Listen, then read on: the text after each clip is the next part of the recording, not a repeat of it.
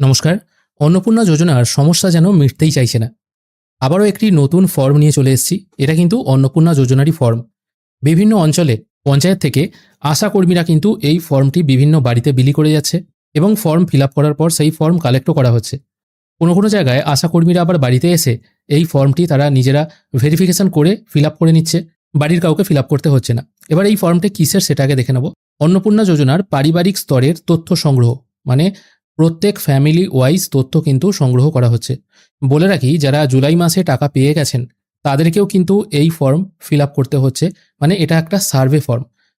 কারণ আপনারা প্রত্যেকেই জানেন, প্রথমে অন্নপূর্ণা যোজনার টাকা পাওয়ার যে নিয়ম ছিল সেটা পরবর্তীকালে চেঞ্জ হয়েছে। কারণ পরবর্তীকালে বলা হয়েছিল, পরিবারের কেউ যদি সরকারি চাকরি করে বা সরকারি পেনশন পায়, অথবা যদি পরিবারের কেউ ইনকাম ট্যাক্স দেয়, সেই পরিবারের কেউ কিন্তু অন্নপূর্ণা যোজনার টাকা পাবে না। এটা 8ই জুলাইয়ের মিটিংয়ে কিন্তু আমরা দেখেছি।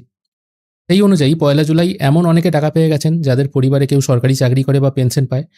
সেক্ষেত্রে তাদের বাড়ি বাড়ি সার্ভে করে, বা যাদের পরিবারে কেউ চাকরি করে না, যারা টাকা পাওয়ার যোগ্য, তাদের পরিবারগুলিকেও সার্ভে করে খুঁটিয়ে দেখা হচ্ছে তারা আদৌ টাকা পাওয়ার যোগ্য কিনা। অবশ্য আপনাকে এই ফর্ম কোথা থেকে ডাউনলোড করতে হবে না। এই ফর্মটি আপনাদের বাড়িতে আশাকর্মীরা কিন্তু নিয়ে আসবে, বা পঞ্চায়েত থেকেও হয়তো দেওয়া হতে পারে, অথবা তারাই হয়তো ফিল আপ করে নিজেরা জমা করে নেবে। এবার যদি আপনাদের বাড়িতে ফর্ম দিয়ে যায়, সেক্ষেত্রে কীভাবে ফিল আপ করবেন সেটা দেখুন। প্রথমে বলা হয়েছে অ্যাপ্লিকেশন আইডি, মানে আপনারা যারা অনলাইনে আবেদন করেছেন তখন একটি অ্যাপ্লিকেশন নাম্বার জেনারেট হয়েছিল, সেই অ্যাপ্লিকেশন আইডিটি এই ঘরে বসাতে হবে। তবে যারা অফলাইনে ফর্ম ফিল আপ করেছেন এবং যারা টাকা পেয়ে গেছেন অথবা যারা টাকা পাননি, তাদের তো কোনো অ্যাপ্লিকেশন আইডি নেই, সেক্ষেত্রে এই ঘরটা ফাঁকা রাখতে হবে। সেক্ষেত্রে আপনার অ্যাপ্লিকেশন আইডি কিন্তু আপনারা জানবেন না, আশাকর্মীদের কাছে হয়তো অ্যাপ্লিকেশন আইডি থাকতে পারে। তারপর আধার নাম্বার বসাতে হবে, এপিক কার্ড নাম্বার বসাতে হবে, হেড অফ দ্য ফ্যামিলি যিনি আছেন তার নাম দিতে হবে। এবার বলতে পারেন আধার নাম্বার এবং এপিক নাম্বার কার দেবো। আপনি যখন ফর্ম ফিল আপ করেছিলেন অনলাইন কিংবা অফলাইনে, তখন হেড অফ দ্য ফ্যামিলি হিসেবে যার নাম রেখেছিলেন সেই ব্যক্তির নাম এখানে যেমন হবে, ঠিক একই সঙ্গে সেই ব্যক্তির আধার নাম্বার এবং সেই ব্যক্তির ভোটার কার্ড নাম্বারটা কিন্তু এখানে হবে। যিনি অন্নপূর্ণা টাকা পাচ্ছেন তার কিন্তু নয়, হেড অফ দ্য ফ্যামিলির ডিটেল কিন্তু এখানে দিতে হবে। ওপরের ঘরটা কমপ্লিট হয়ে গেল। এরপর চলে আসছি নিচের ঘরে। এখানে আমি দিয়ে এখানে কার নাম হবে? এখানে আমি দিয়ে হবে যে ব্যক্তি টাকা পেয়েছেন তার নাম, ঠিক আছে? যদি একই পরিবারে একের অধিক মহিলা টাকা পায়, সেক্ষেত্রে যে কোনো একজন মহিলার নাম এখানে লিখতে হবে। তারপর স্বামী, পিতা, শ্বশুর। এবার এখানে অনেকে বলতে পারেন হেড অফ দ্য ফ্যামিলির নামটা এখানে হবে। যদি হেড অফ দ্য ফ্যামিলির নাম এখানে হতো, তাহলে এই শ্বশুর এই কথাটা কিন্তু উল্লেখ থাকতো না। কারণ এমন অনেক পরিবার আছেন যেখানে কোনো মহিলার বিবাহের পর হয়তো স্বামী মারা গেছে, সেক্ষেত্রে তার পিতা তো স্বামীর বাড়িতে থাকছে না, সেক্ষেত্রে তার স্বামীর বাড়িতে কোনো মহিলা যদি থাকে তার শ্বশুরই থাকছে হেড অফ দ্য ফ্যামিলি হিসাবে। সেক্ষেত্রে এখানে শ্বশুরের নামটা দিতে হবে। এটা আশাকর্মীরা ভালো বুঝবেন, তবুও আমি বলে দিচ্ছি, এখানে যে মহিলা টাকা পেয়েছেন তার নাম হবে, তারপর তার শ্বশুর বা গার্জেনের নাম হবে, তারপর যিনি টাকা পেয়েছেন তার গ্রামের নাম, তার বাড়ি আর কি কোথায় সেই গ্রামের নামটা লিখতে হবে, গ্রাম পঞ্চায়েতের নাম, ব্লক এবং জেলার নাম পরপর এখানে কিন্তু ফিল আপ করে দিতে হবে। এর দ্বারা দাখিলকৃত আবেদনটি যাচাই করেছি, অর্থাৎ কে যাচাই করছে?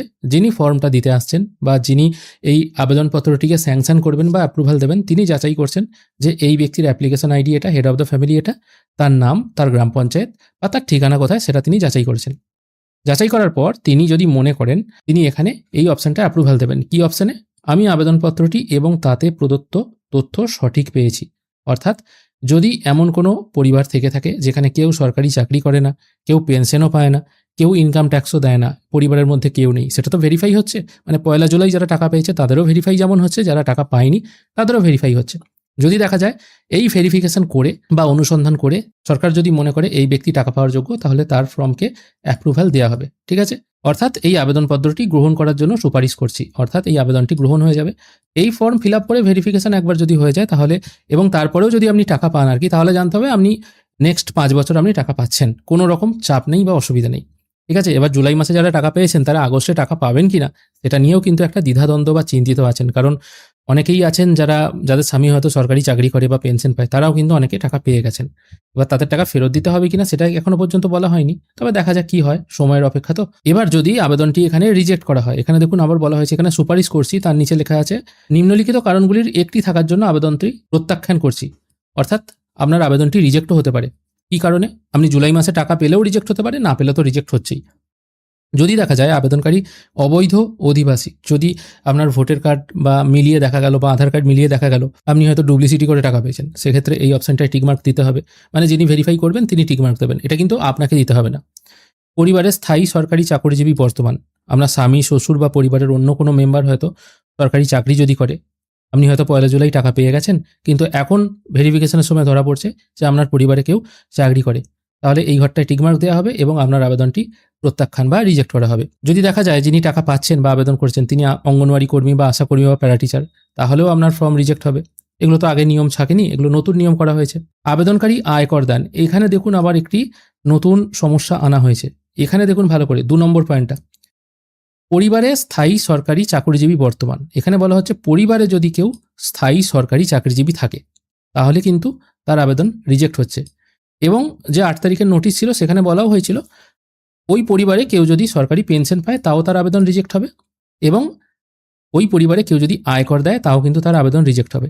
কিন্তু এই যে ফর্ম, এই ফর্মে দেখা যাচ্ছে কি আবেদনকারী যদি আয়কর দেয় এবং আবেদনকারী যদি সরকারি পেনশনভোগী হয় তাহলে কিন্তু তার ফর্ম রিজেক্ট হবে, কিন্তু পরিবারের মধ্যে কেউ যদি সরকারি পেনশন বা আয়কর দেয় তাহলে কিন্তু তার ফর্ম রিজেক্ট হচ্ছে না। এটার মানে তো এটাই হচ্ছে। আমি 8 তারিখের নোটিশটা একবার খুলছি, এখানে দেখুন পরিষ্কার মেনশন করে দেওয়া আছে কোনো পরিবারে কেউ যদি সরকারি চাকরি করে, পরিবারে যে কেউ হতে পারে, ঠিক আছে, আবেদনকারী যে হবে তা নয়, ওই পরিবারে কেউ যদি সরকারি পেনশন পায় এবং ওই পরিবারে কেউ যদি আয়কর দেয় তাহলে কিন্তু সেখানে কেউ টাকা পাবে না। কিন্তু এখানে এই ফর্মে এই নিয়মটা কিন্তু আবার চেঞ্জ হয়ে যাচ্ছে। তাহলে অ্যাকচুয়ালি কি করতে চাইছে সেটাই কিন্তু বোঝা যাচ্ছে না। তাহলে এখানে তো দেওয়া উচিত ছিল ওই নোটিশ অনুযায়ী পরিবারে যদি কেউ সরকারি পেনশন পায়।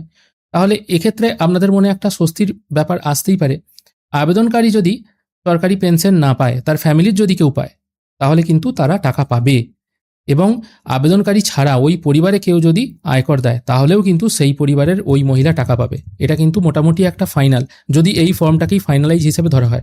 পরে হয়তো দেখা গেল এই ফর্ম যারা মানে ভেরিফিকেশন করেছে তাদেরকে দিয়ে ভেরিফিকেশন করানো হয়তো ঠিক হয়নি, আমি আবার অন্য কোনো সরকারি প্রতিনিধিকে দিয়ে ভেরিফিকেশন করাবো, তাহলে প্রতি মাসে মাসে এইভাবে ভেরিফিকেশনই হবে আর টাকাও কিন্তু ততদিন আটকে থাকবে। এরকমই একটা ব্যাপার। তাই এই জিনিসটা কিন্তু আমার ঠিক বোধগম্য হলো না। আপনারাও যদি বুঝতে পারেন তাহলে একটু বলবেন। তারপর 6 নম্বর পয়েন্টে বলা হচ্ছে পশ্চিমবঙ্গের স্থায়ী বাসিন্দা নন, এরকম যদি কেউ ব্যক্তি থেকে থাকেন সেক্ষেত্রে তিনিও কিন্তু টাকা পাবেন না। তাহলে এই ফর্ম অনুযায়ী কারা কারা টাকা পাবেন না সেটা কিন্তু ক্লিয়ার হয়ে গেল, এবং অন্যান্য যদি কোনো কারণ থেকে থাকে তাহলে সেটা ম্যানুয়ালি মেনশন করতে হবে। এখানে কিন্তু অপশন নেই। তারপর এখানে স্বাক্ষর হবে, নাম হবে আর পদ হবে, মানে যিনি এই ফর্মটা দেখে কোনো ব্যক্তিকে সুপারিশ করবেন বা অন্নপূর্ণা পাওয়ার জন্য যাকে মনোনীত করবেন, সেক্ষেত্রে যিনি করছেন এই কাজটি তার স্বাক্ষর, তার নাম এবং তার কি ডেজিগনেশন আছে সেটা এখানে লিখতে হবে, এবং কত তারিখে তিনি এই কাজটি করছেন এবং কোন স্থান থেকে করছেন মোটামুটি এটা এখানে লিখতে হবে। এটাই হচ্ছে টোটাল একটা ফর্ম। তো দেখা যাক কি হয়, আর এই ফর্মে কোথায় সমস্যা সেটাও কিন্তু আমি আপনাদেরকে বুঝিয়ে দিলাম। এবার এখানে যে এই নিয়মটা চালু করা হলো, আবার আগে যে নিয়ম ছিল সেটা আবার চেঞ্জ করে যে এই নিয়মটা চালু হলো, এটা ফর্মের প্রিন্টিং মিস্টেক নাকি এটাই বাস্তবিক নিয়ম রইল সেটা কিন্তু এই মুহূর্তে বোঝা যাচ্ছে না। তবে দেখা যাক, কিছুদিন সময় নিই আমরা, তারপর কিন্তু আরও বিস্তারিত তথ্য আমরা পেয়ে যাব। আজকের ভিডিও এখানেই শেষ করছি। ভিডিও যদি ভালো লেগে থাকে অবশ্যই একটি লাইক করবেন। ভিডিও দেখার জন্য অসংখ্য ধন্যবাদ। ভালো থাকবেন।